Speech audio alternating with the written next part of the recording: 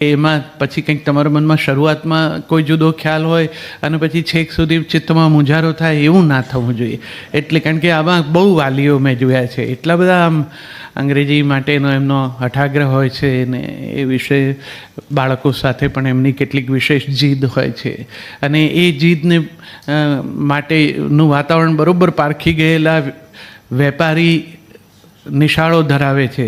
એટલે એમને ત્યાં આપણા બાળકો જ્યારે જાય ત્યારે એને બરાબર ખબર છે એના સંચાલકોને કે આ ગ્રાહક છે અને એની પાસેથી આપણે ધાર્યું કરાવી શકશું. એટલે એ અંગ્રેજીમાં બોલવાનો આગ્રહ રાખે.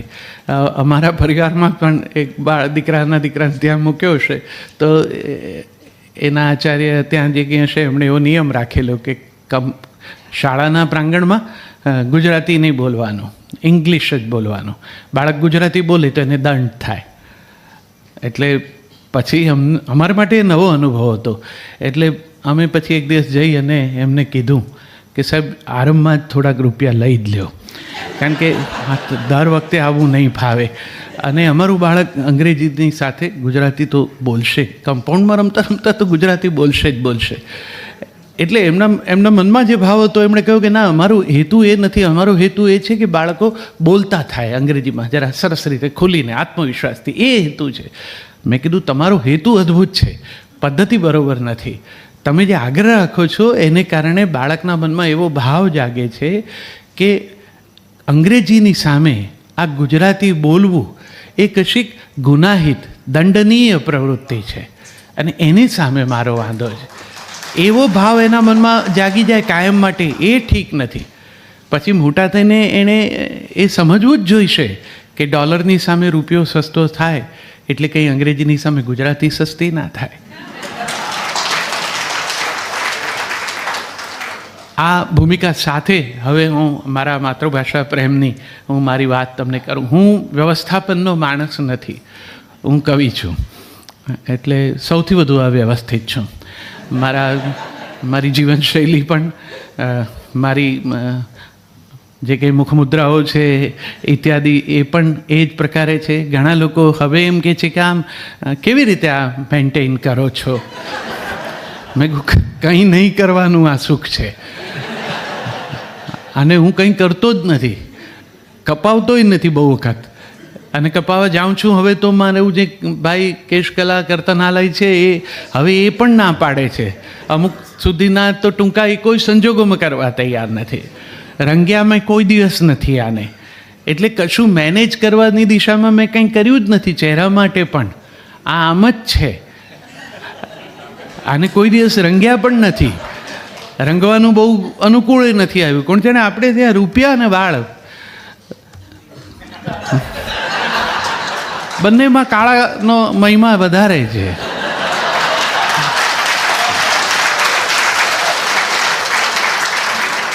મેં તો આને જેમ આવ્યા છે એમ આ જ પ્રોસેસમાં આમ જ રાખ્યા છે. મુકેશભાઈ સાચું કહ્યું, એણે મને મારા કાળા વાળ હતા ત્યારે જોયેલા ને હજુ આમ જ છે ને. આનું બહુ સુખ છે. એક તો તમે ગમે ત્યારે વરસતા વરસાદમાં પણ નીકળી શકો.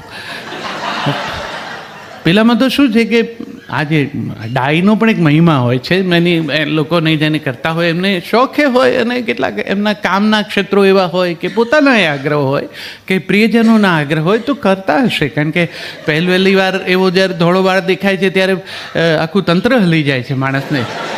એને એમ થઈ જાય કે હવે મારું શું થશે.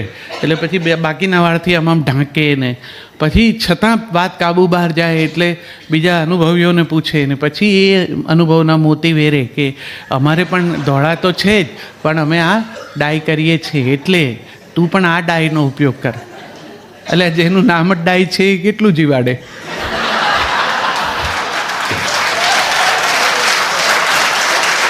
એના કરતાં જેમ છે એમ રાખીએ તો કેટલો આનંદ. કોઈ વખત મૂળ જે કંપનીની ડાઈ હોય એની એ બેચ ખરાબ આવી હોય જો પ્રોડક્ટની, અને આપણે ઉત્સાહથી કરીને નીકળ્યા અને વરસાદ પડ્યો, એના કરતાં જેમ છે એમ રાખું. મારામાં વ્યવસ્થાપનનો બહુ અભાવ છે. મારા પત્ની મને કહ્યું ખરું કે હું આવું જોડે. મેં કહ્યું એની હાજરીમાં હું બધું પાછું ક્યાંક વ્યવસ્થાપન વિશે બોલું, ડાઈ વાતો કરું, એને બરોબર ખબર છે કે કોફીનો કપે આમથી આમ મૂકતા નથી, ના શું વ્યવસ્થાપન વિશે બોલતા હશે. કોફીમાં મગની અંદર ચમચી હોવી જોઈએ ને, એ પછી હું હલાવું પછી ટેબલ પર પાછી ગમે તેમ મૂકી દઉં ત્યારે ધ્યાન રાખવું જોઈએ. એવી કેટલી બધી બાબતો છે.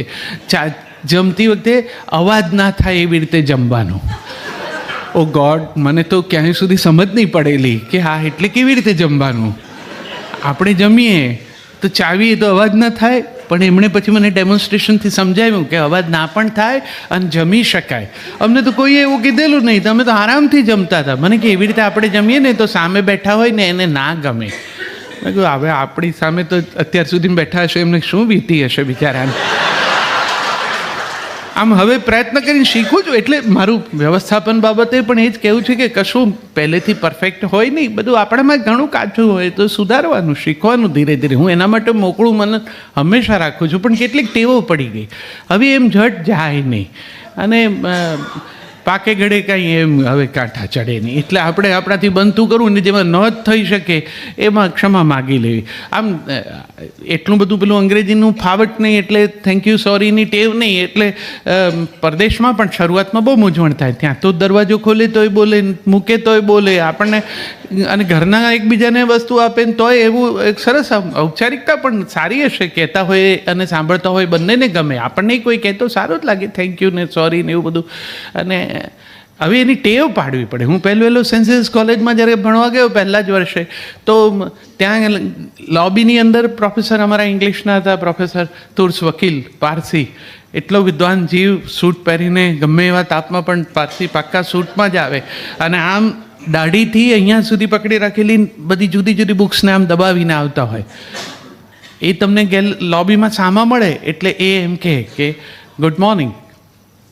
હવે અમે ગુજરાતી માધ્યમમાંથી ભણીને ગયેલા, એટલે ગુડ મોર્નિંગની ટેવે નહીં ને સમજે નહીં, એટલે આપણે કાંઈ ગુડ મોર્નિંગ ન કહીએ. પછી એમણે વારંવાર યાદ રાખીને પછી ઊભા રાખીને કીધું કે ગુડ મોર્નિંગનો ઉત્તર આપવો જોઈએ. તો આપણે કહીએ સાહેબ ગુડ મોર્નિંગ.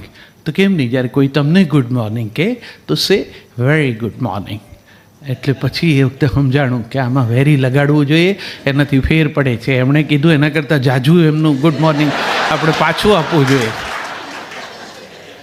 વ્યવસ્થાપન માટે વ્યવસ્થિત થવું પડે અને એ માટે હંમેશા આંખ કાન મન મોકળા રાખવા જોઈએ. જ્યાંથી જે ઉત્તમ મળે. આપણી તો પરંપરા જ કહે છે કે બધી જ બારીઓ એવી ખુલ્લી રાખવી જોઈએ કે ઉત્તમ વિચારો ચારે બાજુથી. અમારે આકાશવાણીમાં તો એ મૂળ મંત્ર લખેલો છે કે ગાંધીએ જે કહ્યું કે ચારે બાજુથી જે ઉમદા વિચારો છે એ મારા ઘરમાં આવે. પણ સાથે સાથે એણે એમ પણ કહ્યું કે એટલા બધા જોરથી એના વાયરા ન વાવવા જોઈએ કે મારા ઘરનું છે એ ઉડી જાય.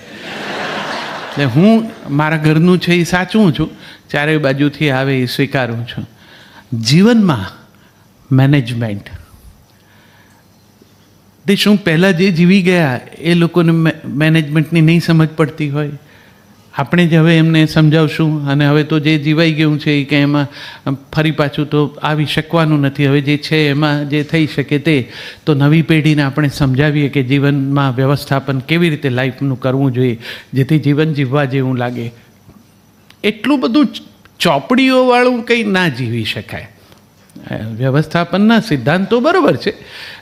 આ મેનેજમેન્ટ શબ્દ આવ્યો એની સાથે એનું સરસ આ ગુજરાતી આવ્યું વ્યવસ્થાપન. પહેલાં પણ લોકો મેનેજ તો કરી લેતા હતા. અમારે સૌરાષ્ટ્રની ભાષામાં તો રોડ બી લેતા હતા. બહુ મેનેજમેન્ટ કરતા હોય. કદાચ બધું અનુકૂળ ન હોય એથી કંઈ નાની નાની વાતે કોઈ રિસાઈ નહોતા જતા, વાંધા નહોતા પડતા. જ્યાં નથી રમતો કે નથી રમતી કરીને ઊભા નહોતા થઈ જતા. રોડ બી લેતા હતા. એક સાદું ગુજરાતીમાં કહેવત ઉક્તિ છે, જે પડ્યું પાન નિભાવી લેતા હતા.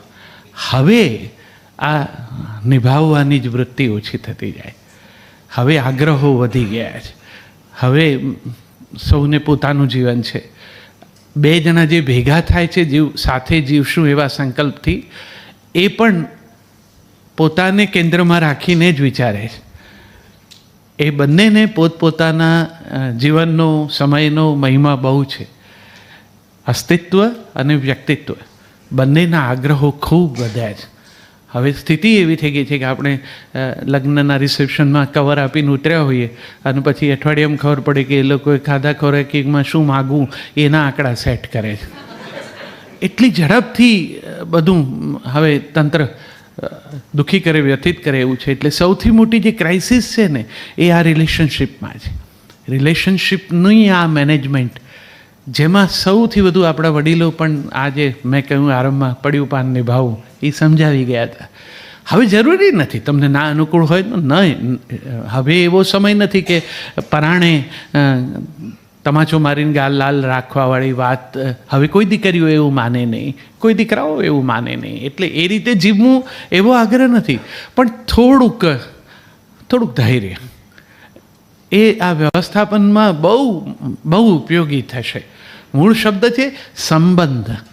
સ ઉપર પણ અનુસ્વાર છે, બ ઉપર પણ અનુસ્વાર છે. અનુસ્વાર એટલે ટપકું ઉપર મીંડું. સંબંધ એમ છે. ઘણા લોકો સંબંધ બોલે છે. સંબંધ એટલે તો બંધન સાથે. હવે જ્યાં બંધાય પછી તો પીડા હોય જ. જે બંધાય એ ગંધાય, જે વહી જાય એ જ સુગંધાય. એટલે સમબંધ શબ્દ એટલે આવ્યો છે કે જેમાં બંને જણ, બંને વ્યક્તિત્વો એકમેકની સાથે સરખું જોડાય. જો સરખું જોડાઓ તો બંનેની તૈયારી છે બંને માટે કશુંક છોડવાની, અનુકૂલન સાધવાની. અનુકૂલન એ આ મેનેજમેન્ટમાં જીવનનું જે કેટલાક રહસ્યો છે એનો મૂળ મંત્ર આ અનુકૂલનમાં છે. અનુકૂલન એટલે અંગ્રેજીમાં એડજસ્ટમેન્ટ. એડજસ્ટ થવાનું, થોડું ગોઠવાવાનું. તમે જે બે પૈડા ગતિ કરે છે, બે ચક્રો યંત્રના, એમાં એવું જ હોય છે કે આમાં જ્યાં ખાંચો છે ત્યાં આમ ગોઠવાય છે. જો આમ ગોઠવાય તો ફરે નહીં, તૂટી જાય ધાર. આનું ખાનું ને આની જગ્યાએ એમ બધું ગોઠવાય ને એટલે પછી આ મૂવ થઈ શકે. આ અનુકૂલન છે. આવું એડજસ્ટમેન્ટ આવડવું જોઈએ. આપણે શું છે કે ધાર સામસામી ભેગી કરી દઈએ છીએ અને પરિણામે તો તૂટી જ જાય, એ કંઈ ટકે નહીં. આ ખાલી જગ્યામાં આંગળી સામેની વ્યક્તિ પરોવે તો આ હાથમાં હાથ પરોવાય છે. આપણી એ તૈયારી નથી. હાથમાં હાથ પરોવતી વખતે આમ જ રાખીને આમ મુઠ્ઠી વાળીને કોઈને મળો ને તમે, ત્યારે તમારા મનમાં એવી શ્રદ્ધા સ્પષ્ટ છે કે કોઈ મારા હાથમાંથી લઈ જશે. તમે એવું વિચારવા જ તૈયાર નથી કે મુઠ્ઠી ખોલીને મળો તો તમારા હાથમાં કોઈ કંઈ મૂકી પણ શકે. એક બીજી સંભાવના છે ને, એ સંભાવના તરફ કેમ વિચાર નથી કરતા? બે મુઠ્ઠીઓ વાળીને જ મળો તો પછી મુઠ્ઠીઓ જ સામસામી ઉગામવાનું મન થાય. હસ્ત મેળાપ કરાવે છે એટલા માટે કરાવે છે. આમનોય હાથ ખુલ્લો છે ને આનોય ખુલ્લો છે. બંને ખુલ્લા હાથ એકબીજાની ઉપર મૂકે તો જ આ હાથની રેખાઓ આ રેખાઓ સાથે મેળ મળે ને. આ ટ્રાન્સફર છે એકમાંથી બીજામાં, એકમેકના સ્વીકારની. એ હૃદય મેળાપની તૈયારી માટે છે આ હસ્ત મેળાપ. તો અનુકૂલન સાધવું પડે સંબંધોમાં. એટલે જીવનનું આજે કંઈ વ્યવસ્થાપનનું રહસ્ય છે આટલું છે કે પહેલાં જોઈએ સ્વીકાર. જેની પણ સાથે કામ કરીએ, જીવવાનું નક્કી કરીએ, એનો પહેલાં સ્વીકાર કરો. સ્વીકાર એટલે જેમ છે તેમ આખા. આટલું ગમે છે એમનું ને મને આટલું નથી ગમતું એવું ન થાય. ગમે એટલે પૂરા જ ગમે, એમાં મર્યાદા પણ આવી જાય. એમાં પછી આપણને ઐશ્વર્યા રાય સુંદર જ છે, આપણને બહુ જ ગમે. પણ હવે ઐશ્વર્યા રાય એમના ઘરે જ્યારે બેસતા હશે અને એમની બગાસાને એવું બધું આપણી જેમ આવતું જ હશે જ ને, તો પછી એ વખતે શું કરતા હશે? એ આપણી જેમ જ બગાસું ખાય ને. કદું કોઈ આજુબાજુ ના હોય તો ઓળકાર આરામથી ખાઈ પણ લેતા હશે. એ કંઈ 24 કલાક ઐશ્વર્યા રાય તરીકે જ વર્ત્યા કરે એવું ન હોય. અને અભિષેક બચ્ચને એ સમજી લેવું પડે તો જ બેવનું ચાલે.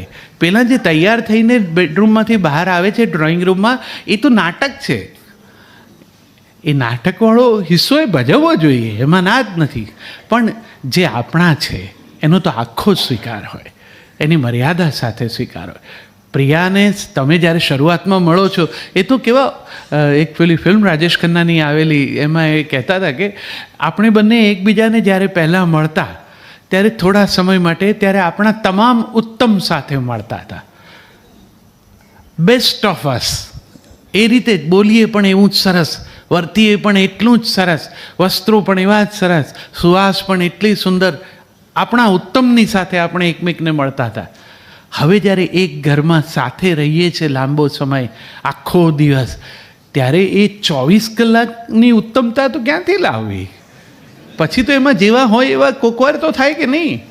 કોકવાર તો આમ કોફી પીવે તો આમ સબડકો મારી લે કે નહીં માણસ? પછી એમ કાયમ આમ તમે શરૂઆતમાં સીસીડીમાં સામે બેસતા હશો ત્યારે આમ ક્યાંય સુધી પકડીને બેસતા હશો, મનમાં થતું હશે કે પી લઉં હવે, પણ હવે એનું જે કંઈ ડેકોરમ છે એ પ્રમાણેનું જે પદ્ધતિ, હવે આ બધું એટલું મોંઘું થતું જાય છે. મને ખરેખર નવી પેઢી માટે તો એમના મમ્મી પપ્પાઓની બહુ ચિંતા થાય છે, કારણ કે તમારે તો કમાવું નથી, એટલે આ તમે જે કંઈ ખર્ચો છો એ આપવાના તો એમણે છે તમને પોકેટ મની રૂપે, અને મમ્મી પપ્પા નહીં સમજી શકે તમે જે પોકેટ મનીમાં વધારો માગ્યા કરો છો નહીં, કારણ કે એમને ખ્યાલ નહીં આવે કે તમે કહો અમારે કોફી પીવા નહીં જવાનું, હવે પપ્પાને એમ થાય કે હાથે જા ને, એમાં કોણ ના પાડે છે. હવે એને શું ખબર કે તમે જે કોફીનો મગ લઈને સામસામા બેસો છો એમાંથી આપણી મહિનાની કોફી આવે.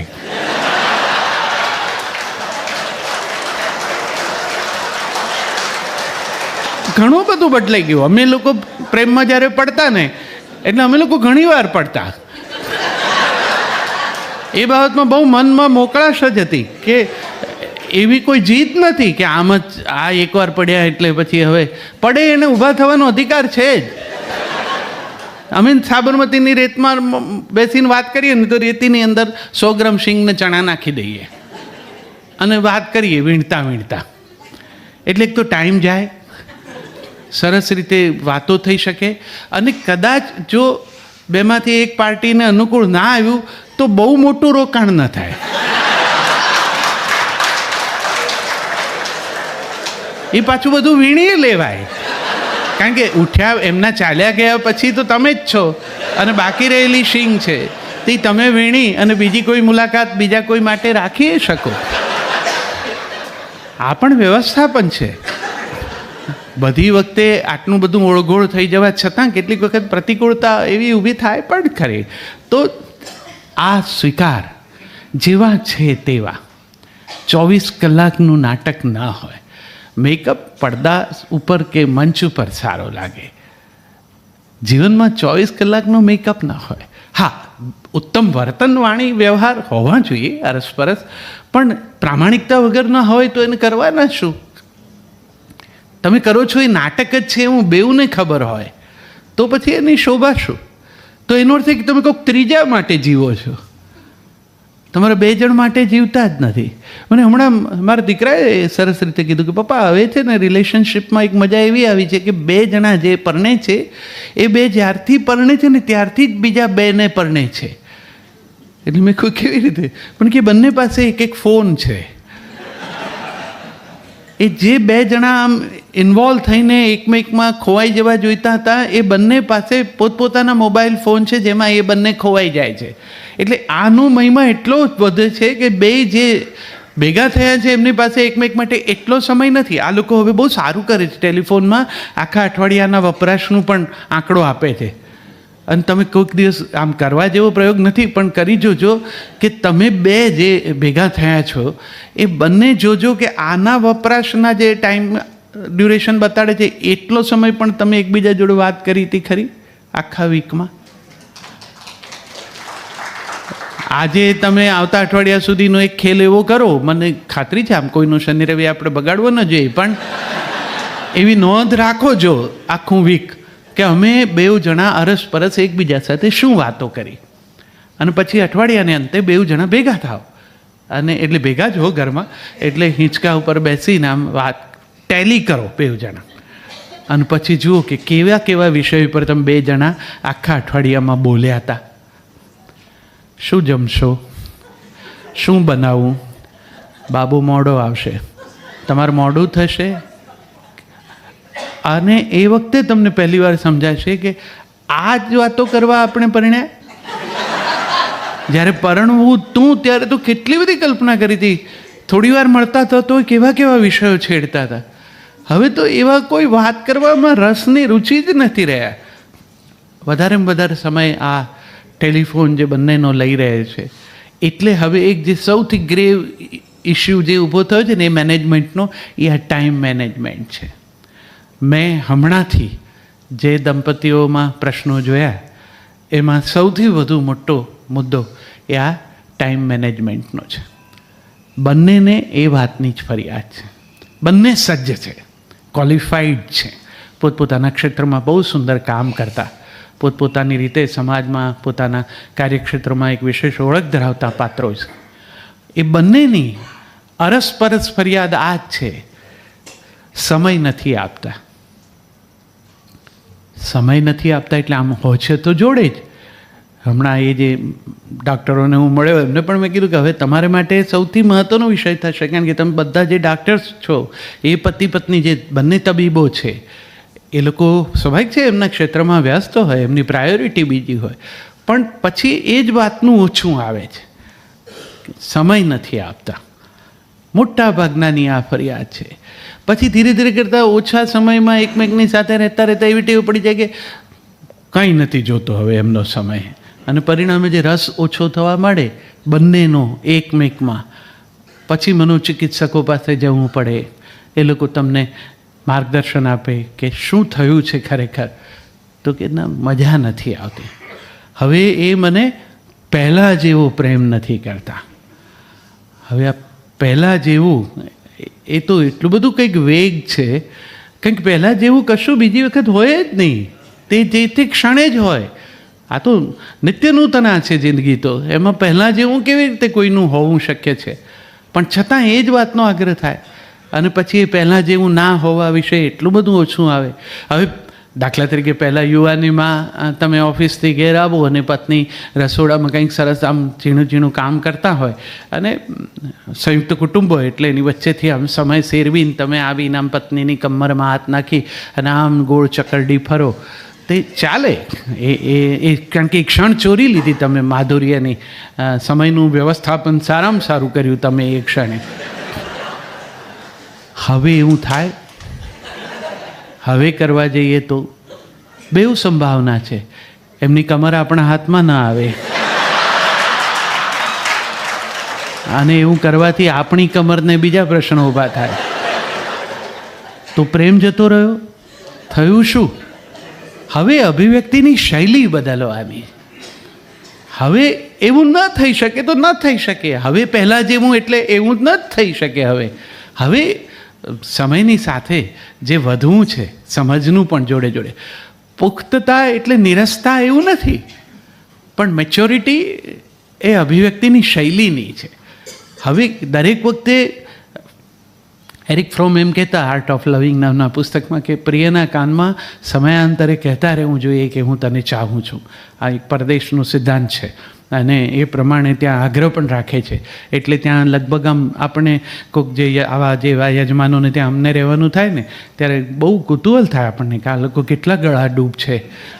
એ લોકો બહુ આમ એવા સંબોધનો કરે, શરૂઆતમાં આપણને એ સંબોધનો ના સમજાય, અને પણ એમનું અંગત હોય, અને પછી આમ બહાર નીકળતા એવી રીતે વર્તે ને આવે ત્યાં પાછા એવી રીતે વર્તે ને આમ વારે વારે ભાવુક થઈ જાય.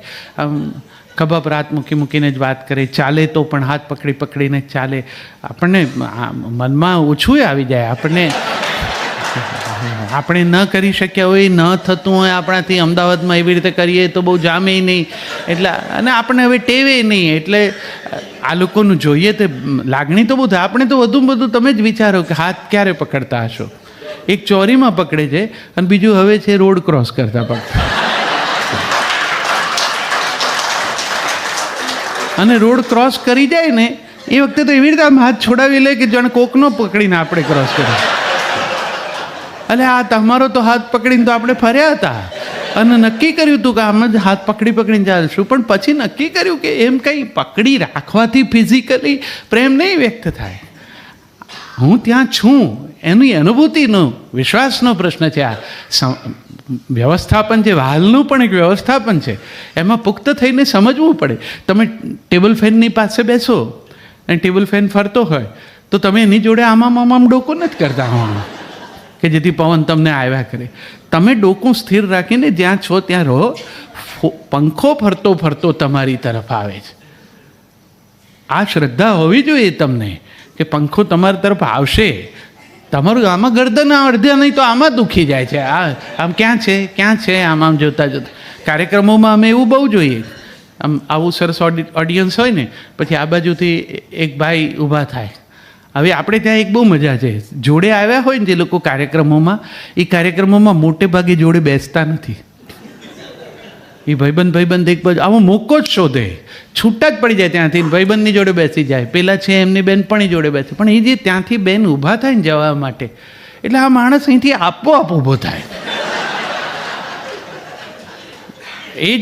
એ જે રિમોટનો એમની પકડ છે જે આખી પરિસ્થિતિ ઉપરની, તો ડોકા જોડે જોડે ફેરવવાના ના હોય, આમ ગરદનના મિજાગરા ઢીલા થઈ જાય. ભલા માણસ, કેટલાકના સંબંધો આવા ટેબલ ફેન જેવા હોય, કેટલાકના સંબંધો એક્ઝોસ્ટ ફેન જેવા હોય. તમને જ્યારે મળે ત્યારે અંદરના બખાડા બહાર ફેંકતા હોય, શું નથી ગમતું, કેવી ગરમી જે ચિત્તની છે. કોઈક સંબંધો સીલિંગ ફેન જેવા હોય છે. સીલિંગ ફેન ઉપર ફરે ને ત્યારે તમારે ઊંચું જોઈને ખાતરી નથી કરવી પડતી કે ફરે છે. પવન આવે ત્યારે તમને ખબર પડે જ કે ફરે છે. વાલનું વ્યવસ્થાપન આ છે, વારંવાર ચેક કરવાનું ના હોય, એ વિશ્વાસ જ રાખવાનો હોય કે ફરે છે ને એનું ફરવું તમને અનુભવ થયા જ કરે. પેલી એક હડપ્પન યુગની એક જોક છે કે પેલા હિલ સ્ટેશન પર ફરવા ગયા પતિ પત્ની પ્રેમ, નવા હનીમૂનવાળાને એક કાંટો દૂરથી જોઈને જ પતિએ એમ કીધું, એ જો રસ્તામાં કાંટો છે પ્રિય, ધ્યાન રાખજે. અને આમ પછી આમ તેડીને પત્નીને આમ બાજુએ મૂકી. થોડા વર્ષો પછી ગયા અને પગમાં વાગ્યો હશે, એટલે આ ભાઈ એટલા બધા ગુસ્સે થઈ ગયા, જોતી નથી, ભાન નથી પડતો, ના કાંટો છે ને આટલા વખત. એક ભાઈ મને કહે કે પ્રેમ, આનું નામ પ્રેમ કહેવાય, આ રીતે વર્તન? મેં કહ્યું એમ નથી ભલા માણસ, હવે અપેક્ષિત છે કે આ જીવનસાથી એટલું પુખ્ત છે કે માર્ગમાં પડેલા કાંટાને ઓળખી શકે. એ પગમાં ભોંકાઈ જાય ત્યાં સુધી રાહ ના જોવાય કે જોડેવાળો કે પછી જ ત્યાં ના જવું. આમાં પ્રેમ કાંઈ વધઘટ નથી, પ્રેમ તો એનો એ જ છે.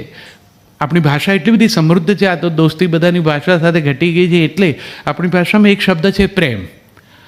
પ્રેમની એક વય હોય છે, એ 26-28 વર્ષ સુધી, 16થી. એમાં પ્રેમમાં આ બધું થાય, પડવું ને ઉપડવું ને ઉડવું ને જાતના મિજાજના પલટા ને ઘણું બધું આવે. એનો એક મજા હોય છે, એ ખૂબ આનંદી. કોઈ કંઈ પણ કહે ને, ઘણા લોકોને એવી ટેવ હોય છે, મોટી ઉંમરના હોય ને તો ખાસ, એ વારંવાર એ લોકો અમે બધા દિલથી જુવાન છીએ. કોઈ દિલથી જુવાની શક્ય નથી. જુવાની એની યોગ્ય વય સાથે જ જોડાયેલી છે. એ ગઈ એટલે ગઈ જ એમ સમજી જ લેવાનું. એ ફરી ના આવે. 28 વર્ષના ના જ થઈ શકાય. તમે 38 હો, 48 હો, 58 હો ને 68 હો, તો સ્વીકારી જ લેવાનું કે આપણે એ જ છીએ. 68 છીએ તો 68 છીએ. હવે આપણે 28 કે 18 નથી. દિલથી જુવાન હોવું એટલે શું બીજું? તમને કોઈની સંવેદનાઓ કે લાગણીઓની સમજ પડે ને એની સાથે તમારું એક અનુસંધાન અનુભવી શકતા હો એટલે જીવંત છો ભીતરથી, તો બરાબર છે. તો પ્રેમ માટેની એક ઉંમર એ છે. બીજો સરસ શબ્દ છે આપણી ભાષામાં સ્નેહ. આ બધા એકબીજાના પર્યાયવાચી નથી. સ્નેહ એ આ 30-28 વર્ષથી શરૂ થઈને 48 કે 58 સુધી લઈ જઈ શકાય, જે દાંપત્યનો છે. બંને જણા એકમેકને પરણ્યા છે, ઠરીઠામ છે, બંનેને એકમેક માટે ભરપૂર લાગણી છે. હવે સ્નેહ શબ્દ સંસ્કૃતમાંથી આવેલો છે. એ સ્નિગ્ધતાનો સૂચક છે. આપણે જેમ કોઈ બે ચક્રોની વચ્ચે ઊંજણ કરીએ તો ફ્રિક્શન ઘટે અને ગતિ વધે. દાંપત્યનો સમય એ ફ્રિક્શન વધી જતો સમય છે, ત્યારે સ્નેહની સૌથી વધુ જરૂર છે કે એવી રીતે બે ચક્રો ઊંઝાવા જોઈએ કે ઘર્ષણ ઘટે અને ગતિ વધે. એ સ્નેહનો ગાળો છે. અને ત્રીજો શબ્દ છે વહાલ. વહાલ માટે આપણી ભાષામાં ક્રિયાપદ છે વરસવું. વહાલ હંમેશા વરસે. વડીલનું છે એ વહાલ છે. વરસે ને એ સરનામા ન જુએ, એ વેરો વંચો ન રાખે, એ બધા ઉપર સરખું જ વરસે. તો આ વિકાસક્રમ છે. પ્રેમ, સ્નેહ અને વહાલ, આમાં આપણે વિકસવાનું છે. લગ્ન શબ્દનો સીધો પ્રાસ મગ્ન સાથે મળેલો છે. બંને એકમેકમાં મગ્ન હોય એના લગ્ન શોભે. પણ વધારે મહત્ત્વનો શબ્દ ત્રીજો છે યજ્ઞ, કે બંને જણ ભેગા થઈને જેમ યજ્ઞની જ્વાળાઓ ઉર્ધ્વ ગતિ કરે છે, એમ જ્યાં છો ત્યાંથી એલિવેટ થવાનું છે. ટુગેધરનેસનું મૂળ જે આનંદ છે એ આ છે કે જે છો એમાંથી ધીરે ધીરે કરતાં કોઈ એક દિશામાં બંને જવાનું. આપણે ત્યાં અર્થ, ધર્મ, કામ, મોક્ષ એમ બધી જે યાત્રાઓ છે એમાં જે તમે લગ્નની વિધિ કરો છો તે દરમિયાન આ શરૂઆતના 3 એમાં પતિ પત્ની એકમેકની સાથે કલ્પ્યા છે, પણ મોક્ષ છે ને ત્યાંથી બંનેનો માર્ગ પોતીકો છે. એમાં કોઈ કોઈને મદદરૂપ ન થઈ શકે એટલી સ્પષ્ટતા ભારતીય મીમાંસાએ કરેલી છે.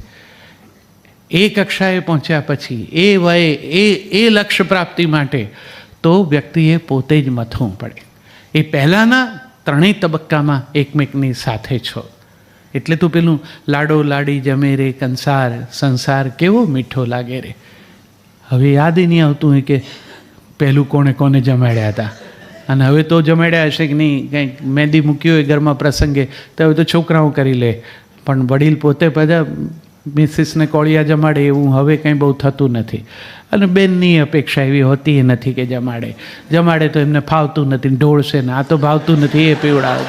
એટલી બધી ઝડપથી ડિસ્કાર્ડ કરી નાખે છે, આમને કંઈ સમજ જ નહીં પડે, આમને કાંઈ આવડતું નથી. આ તદ્દન એટલી અમારે એક પેલું અવિનાશભાઈનું એક બહુ જાણીતું ગીત છે, છેલાજી રે મારી હાટું પાટણથી પટોળા મોંઘા લાવજો. તો એક બેન મને અમેરિકામાં જરા પેલું સ્ત્રી સ્વાતંત્ર્યવાળા બહુ હોય એટલે મને કે એવું કેમ કે લાવજો એમ, અમે જઈને ના લાવી શકીએ. મને આવો વિચારે નહીં આવેલો, અવિનાશભાઈને તો નહીં જ આવ્યો હોય. મેં કહું હા વાત તો સાચી, આપણે જઈને તો લઈ અવાય. મને કે કેમ, હવે તો ઘણાની પાસે પોતાના ક્રેડિટ કાર્ડ, ડેબિટ કાર્ડ એવું બધું હોય છે, અને પત્નીથી વધારે તો પતિની ક્રેડિટ કેટલી છે એ કોણ જાણતું હોય, એટલે એ મર્યાદામાં જ ખર્ચે. તો એ જાતે ન લે, આવું પતિને કેમ કે, અને પતિને કહેવાનો કંઈ અર્થે નથી હોતો, એમની કલર સેન્સ બરાબર નથી હોતી. એટલે જે તને લઈ આવ્યો એની કલર સેન્સ બરાબર નથી, એટલી તો શ્રદ્ધા રાખ કે સારું જ લાવશે બિચારો. એક ભાઈ તો ખરેખર એવું લેતા આવ્યા એક બાંધણી સરસ મજાની, પત્નીને કીધું કારણ કે અત્યારે જ પહેર બહુ મસ્ત છે લે. પત્ની આમ પડીકું ખોલીને જોઈને કે આ તો છે. હવે એમણે એટલું જ એ વખતે વિચારવાનું હતું કે આ જ રંગની બીજી વાર કેમ લઈ આવ્યા. એના મનમાં તમે આ રંગની સાડીમાં સુંદર લાગો છો એ ફ્રેમ ગોઠવાઈ ગઈ છે, એણે તમારું વોર્ડરોબ મોઢે નથી રાખ્યો, એટલે બિચારો બીજી વાર પણ એ જ લઈ આવ્યો. હવે તમે એ વખતે સ્વીકારી લો, હરખ કરો, પછી પ્યાલા બરણીવાળાને આપી દો ને કોણ પૂછે છે. વ્યવસ્થાપન એ આવી ક્ષણો સાચવી લેવાનું હોય. પ્રત્યેક વખતે બધું જ તમારી ઈચ્છા પ્રમાણેનું ગોઠવીને ન થઈ શકે. ક્યારેક કોઈનું મન રાખી લેવાનું હોય, કદાચ તમને થોડુંક ન ગમ્યું હોય, પણ એ જે તે ક્ષણ સાચવવાની હોય. આપણે ત્યાં થાય છે શું કે દાળ સરસ થઈ હોય ને તો કે નહીં અઠવાડિયા સુધી, અને ખારી થઈ હોય ને તરત રિએક્ટ કરે કે ખારી છે. હવે જો ખારી છે તે જ ક્ષણે તમે કીધું ખારી છે એમ, જ્યારે સરસ હતી સોમવારે તો બુધવાર સુધી રાહ ના જોવાની હોય. સોમવારની સારી દાળ વિશે સોમવારે જ કહી દેવાનું હોય કે દાળ બહુ સરસ છે, એમને સારું લાગશે. અને કદાચ વખતે ભવિષ્યમાં ખારી કદાચ બની ગઈ. ઘણા મને કહે છે કે તમે બહુ આમ કવિ હો ને એટલે બધું આમ મીઠું મીઠું બધું આવું જ બધું બોલતા હશો, આમ બહુ ઉદારતાથી વર્તો ને એમ આમ બધું. એ વખતે એવી તમારા પત્નીને બહુ મજા. મારા મિસિસને કહું કે આવું બહુ વખત કીધું ને પછી એમણે કીધું હતું કે લઈ જાઓ ને અઠવાડિયું, સાંજે પાછા આપી જશો. આ બધું માઇકમાં બોલે છે એવું ઘેર નથી કરતો, ઘેર બહુ જુદું હોય છે. દાળ ખારી હોય તો ખારી જ છે, અને આમ એનું જે કંઈ મિજાજ હોય એ પ્રમાણેનું અભિવ્યક્તિ થાય જ છે. પણ એટલું એણે ચોક્કસ ઉમેર્યું કે એટલું એમનામાં ખરું કે ખારી કેમ હશે એવો સેકન્ડ થોટ આપે છે ખરા. કદાચ એ ખારી છે એની પાછળ સવારના પહોરમાં કોઈ ટેલિફોન આવ્યો, કોઈ ચિંતા છે, પપ્પાના ઘરની કોઈ મૂંઝવણ છે, કુટુંબમાં કોઈ બીમાર છે, દીકરા દીકરીની કોઈ વાત હશે, એનો પોતાનો હાથ ધ્રુજતો હોય, કે કદાચ હવે મીઠું જ વધારે ખારું આવતું હોય, બધી ઘણી શક્યતાઓ છે. એટલું વિચારી અને કરવાનું કેટલું હોય છે. એ ખારી દાળની અંદર તમારી પાસે રહેલા પાણીના ગ્લાસમાંથી થોડુંક પાણી ઉમેરી દો તો દાળ તમારા સ્વાદને અનુકૂળ થઈ જાય. આ વ્યવસ્થાપન છે. વ્યવસ્થાપન કોઈ બહુ મેજર ચેન્જથી થાય એવું નથી થતું. ક્રાંતિઓ કરવાની જ જરૂર નથી હોતી. આવી નાની નાની શાંતિ ઘરમાં જાળવી લ્યો ને તો બધું સરવાળે બહુ મીઠું ને સરસ જ થઈ જાય. પણ આપણે તો બધું ધરમૂળમાંથી બદલી નાખવું છે. કેટલાક માણસો એવા આગ્રહી હોય છે. મારું એક ગીત છે, એમાં એ રીતનો ભાવ છે કે એક દીકરી જે પરણીને આપણા ઘેર આવે છે ને, કેટલાક માણસોનો અભિગમ એવો હોય છે, વ્યવસ્થાપન ન સમજનારા માણસોનો, કે એમને એમ લાગે છે કે આજે એના પપ્પાના ઘેરથી આવી જાય ને એને આપણા ઘર સાથે બરોબર ગોઠવી દેવી પડે, ચાલે નહીં.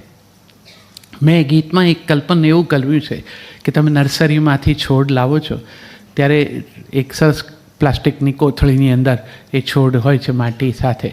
એ તમારા ઘેર આવે એટલે તમે સરસ કુંડું, ઉત્તમ માટી, ખાતર, પાણી, પ્રકાશની સરસ વ્યવસ્થા એમાં પેલું પછી કાઢી નાખી પ્લાસ્ટિક અને સરસ રીતે વાવી દો છો અને આજુબાજુથી માટી ગોઠવી દો છો અને પછી એ છોડ ધીરે ધીરે કરતાં તમારા કુંડામાં ગોઠવાઈ જાય. પણ કેટલાકને એવું લાગે છે કે નર્સરીની અંદર એ ગમે તેમ પડ્યો હોય, એ લોકોને તો આટલા બધા છોડ હોય ને શું એની દરકાર હોય, ગમે એવી માટી વાપરી હોય. આપણા ઘરે બધું બેસ્ટમાં બેસ્ટ છે એટલે આનું બધું લાવીને આમ સોય ઝટકી ચોખ્ખા કરી મૂળિયા અને પછી પોતાના કુંડામાં નાખે અને પછી રોજ રાહ જોયા કરે કે આના પર કેમ ફૂલ ન આવ્યું. એમ ના આવે, એને એની માટી સાથે જ વાવવું પડે. એ એટલા માટે જરૂરી છે કે ક્યારાની માટી સાથે અનુસંધાન સાધે ત્યાં સુધી એ પોતાની સાથે લાવી છે ને એ માટીમાંથી પોષણ મેળવશે. આ કોઈ પણ મેનેજમેન્ટના માણસે સમજવાનું છે કે કોઈના પૂર્વ સંસ્કારો બધા જ સોય ઝાટકીને સાફ કરી નાખીને આપણા જ વાતાવરણને ટોટલી પહેલા જ દિવસથી એબ્સોર્બ કરી લે એવું કરીશું તો જ બેસ્ટ રિઝલ્ટ મળશે એવું થતું નથી. એની સાથે જ સ્વીકાર કરવો પડે. પછી તો તમારો કેરો છે જ, મેજોરિટી તમારી જ છે. એ માટીમાં ગોઠવાઈ જશે તો પેલી માટી કેટલો વખત રહેવાની છે. પપ્પાના ઘરની સ્મૃતિ એનો આધાર છે. તમારા ઘરના નવા સ્મરણો એ બાંધે નહીં ત્યાં સુધી એને જેમાંથી ટકવાનું છે. બહુ અઘરું કામ છે. તમે કલ્પના તો કરો કે એક દીકરી પરણીને ઘરે સાસરે જાય, એ સવારના આંખ ખોલે પથારીમાંથી તો એના છતનો રંગ બદલાઈ ગયો હોય. એ એની જોડે કેવી રીતે ગોઠવાય? એના પપ્પાના ઘરની છતનો રંગ જુદો છે, અહીંયા જુદો છે. એની સાથે કેવી રીતે એનું મન મળે? એ ઊભી થઈને રસોડામાં ચા બનાવવા જાય, આમ હાથ કરે ને એનો હાથ ભોંઠો પડે. પપ્પાના ઘેર જ્યાં હાથ લાંબો કરે ત્યાં જ ચાનો ડબ્બો હોય, અહીંયા ના હોય. હવે એ જો પહેલા જ દિવસે પોતાના પપ્પાના ઘરના ડબ્બાઓ જે રીતે ગોઠવાયેલા એ રીતે અહીંયા ગોઠવવાનો ટ્રાય કરે તો એ પણ કાચી, કારણ કે તો એ સંઘર્ષની શરૂઆત છે. કારણ કે અહીંયા બાએ વર્ષોથી આ રીતે જ મૂક્યા છે. હવે એના હાથે ધીરે ધીરે ટેવાવાનું છે. બા હોશિયાર હોય તો એને ચોક્કસ એમ કહવું જોઈએ કે તમને જેમ ગમે એમ ગોઠવી દો ને, કારણ કે અમને અત્યાર સુધી આવી રીતે હતું પણ તમે ગોઠવ્યો તો સારું લાગે છે. આવી રીતે રાખો તો ચા વધારે સારી થતી હશે, તમે તમારે કરો.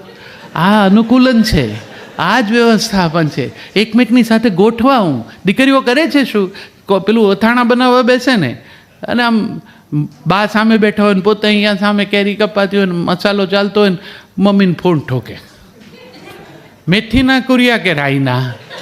અરે આ બીજી મમ્મી જે સામે બેઠી છે એને પૂછ ને, આ એના ઘરનું અથાણું છે, એ તને માર્ગદર્શન આપશે ને. હવે એ જ અથાણું આપણે રોજ ખાવાનું છે. તારી મમ્મી સરસ જ બનાવતી હશે, એમાં બે મત જ નહીં. પછી ભવિષ્યમાં એ બનાવીને વેવાણને મોકલે પોતાને ત્યાંથી, અને ચતુર વેવાણ હોય તો ચાખીને સમજી જાય કે આપણા કરતાં આમનું સારું છે. તો ઝઘડો કરવાને બદલે ધીરે રહીને બીજા વર્ષથી એમ કે વેવાણને ફોન કરીને કે તું ખાટી કેરી તમે જ બનાવજો, તમારે જેવી નહીં. બેવનું સચવાઈ ગયું. પેલી એટલી ઉત્સાહથી વેવાણ બનાવીને મોકલે કારણ કે એની દીકરી જમવાની છે. એ ટેસ્ટ એમના ઘરનો કન્ટિન્યુ રહેવાનો જ, આમના ઘરમાં એક નવો ટેસ્ટ ડેવલપ થવાનો જ. આટલું જ હોય છે.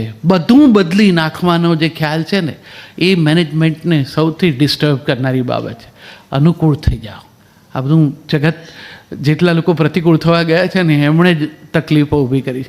ઈશ્વરે ક્યાંય સીધી લીટી દોરી જ નથી. સીધી લીટી એ આપણે ડિઝાઇનરોની કલ્પના છે.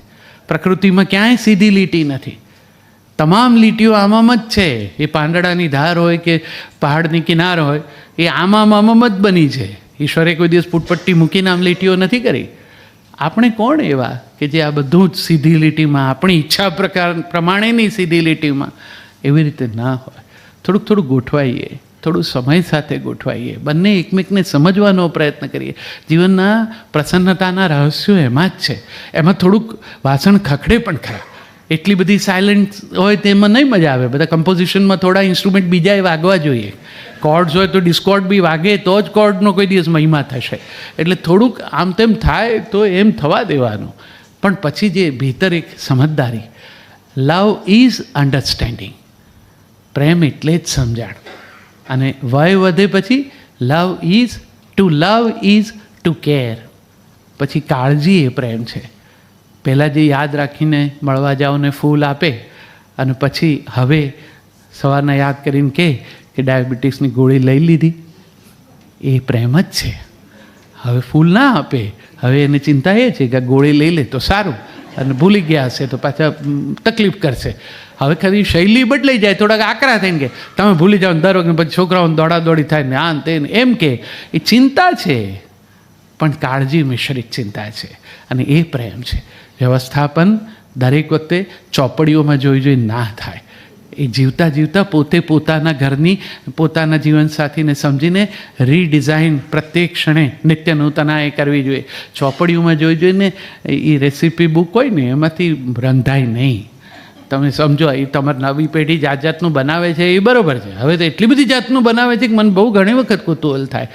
કેટલાક સંપન્ન પરિવારોના ભોજન સમારંભમાં આપણે જઈએ અને આ માટો મારીએ ને તો અડધું કોન્ટિનેન્ટ ફરાઈ જાય. એવા ટાઇટલ માર્યા હોય ને એવા દેશોના નામ લખ્યા હોય, મેક્સિકન ને બર્મીઝ ને થાઈ ને ઓહો. મેં એક મોટા સરખા મહારાજ હતા, એને પૂછ્યું હતું કે તમારા મહારાજ તમારા રસોઈ આટલું બધું ફરી આવે એ કંઈ? પણ કે કાંઈ નહીં સાહેબ, કપડવનથી આગળ કોઈ ગયું નથી. મેં કહ્યું તો પછી આ બધું કેવી રીતે બને? અરે મને ક્યાં આવ્યા છે એ ક્યાં ગયા છે?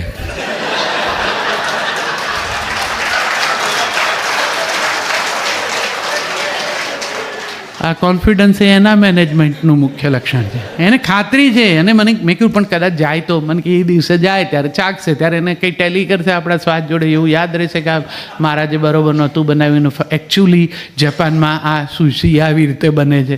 એ બનતી હશે ત્યાં, આપણને અહીંયા કીધું ને, અને અડધા તો એ જ છે એટલે ખાવડાવી દેવી. આ વિશ્વાસથી બધું ચોપડીમાં જોઈને ના થાય. કેટલીક વખત રાંધતા પવનને કારણે પાનું ફરી જાય ને તો આઈટમ બદલાઈ જાય. જિંદગીમાં પવનને કારણે પાના ફરી જાય ને તો માણસોના સ્વભાવ બદલાઈ જાય, ઓળખ બદલાઈ જાય. એના કરતાં સમજીને જે છે એની સાથે કેવી રીતે ગોઠવાવું.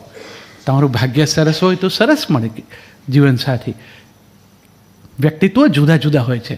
તમે જે જુદી જાતના બારણા હોય છે ને એવા માણસો હોય છે. કેટલાક બારણા બહારની તરફ ખુલે તો તમે આમ નોક કરો ને પણ તમારે 2 ડગલા પાછા જતા રહેવાનું, જેથી ધડ દઈને ખોલે તો અહીં ટીચાય નહીં તમને. કેટલાક એવા હોય બહાર ખુલતા માણસ હોય, એ એવા આમ ધમધમાટ બહાર આવે કે તમને મૂંઝવણમાં મૂકી દે, ઈજા પહોંચાડી દે. કેટલાક સ્લાઇડિંગ ડોર જેવા હોય, એ આડા જ ખસે ગમે એ કરો તો.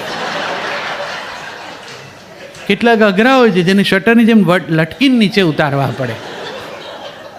કેટલાક અંદર તરફ ખુલતા હોય છે. તમે નોક કરો પછી રાહ જુઓ અને ધીરે રહીને હળવે રહીને ધક્કો મારો, એ ભીતર ખુલશે. જે ભીતર ખુલતા દરવાજા હોય ને એ અંદર તરફ જગ્યા લે, એટલે એટલી જગ્યા એને આપવી પડે.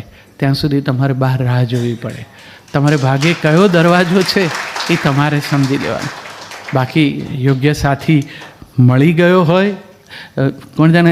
આ પણ એક કરુણતા છે કે જીવનમાં ખોટા માણસ સાથે જોડાવ ને તો તમને અઠવાડિયામાં ખબર પડી જાય છે. સાચો માણસ જીવનમાં સાથી તરીકે મળી ગયો હોય ને કેટલીક વાર જીવનના અંત સુધી ખબર નથી પડતી. હું ઈચ્છું કે એવું પ્રસન્ન વ્યવસ્થાપન સૌ પોતાનું કરી શકે. જીવન એ આમ કોઈ કોર્પોરેટ હાઉસ જેવું નથી કે એના રૂલ્સ બધાને એક સરખા ચોપડીમાં જોઈને લાગુ પાડી શકાય. તો બધા આઈઆઈએમમાંથી ભણીને બહાર પડીને પોતપોતાના ક્ષેત્રમાં સફળ થઈ જાય છે, એમ થઈ જતા હોય. દાંપત્યોમાં ત્યાંના અધ્યાપકો પણ ગોથા ખાય છે. એટલે જ એવું નથી કે એ આવડી ગયું હોય એટલે આ આવડી જાય. આ તો પ્રત્યેક ક્ષણે તમારી સજ્જતા માગી લે છે, કારણ કે આમાં ક્યારે કોનો મૂડ કેવો ચેન્જ થશે એ કોઈ જાણતું નથી. અને એ અરસપરસ વિશ્વાસ, મારું એ જે ગીત એમણે કોટ કર્યું શરૂઆતમાં, દરિયાના મોજા કંઈ રેતીને પૂછે તને ભીંજાવું ગમશે કે કેમ, એમ પૂછીને થાય નહીં પ્રેમ. એમાં મારે કહેવું છે આ, પોતાની જાતને કોઈના પર ઇમ્પોઝ કરી દેવી, સામેની વ્યક્તિનો અભિપ્રાય ન જાણવો, એવો પૂછીને થાય નહીં પ્રેમ, એવો ટોન નથી એનો. દરિયાના મોજા કાંઠાની રેતને આવીને ભીંજવે છે. કાંઠાની રેતને શ્રદ્ધા છે કે મોજા આવશે જ અને મને ભીંજાવશે જ, અને મોજાને વિશ્વાસ છે કે કાંઠાની રેત મારી રાહ જોતી હશે. એકને પક્ષે વિશ્વાસ હોય, એકને પક્ષે શ્રદ્ધા હોય, ત્યાં પૂછવાનું રહેતું નથી.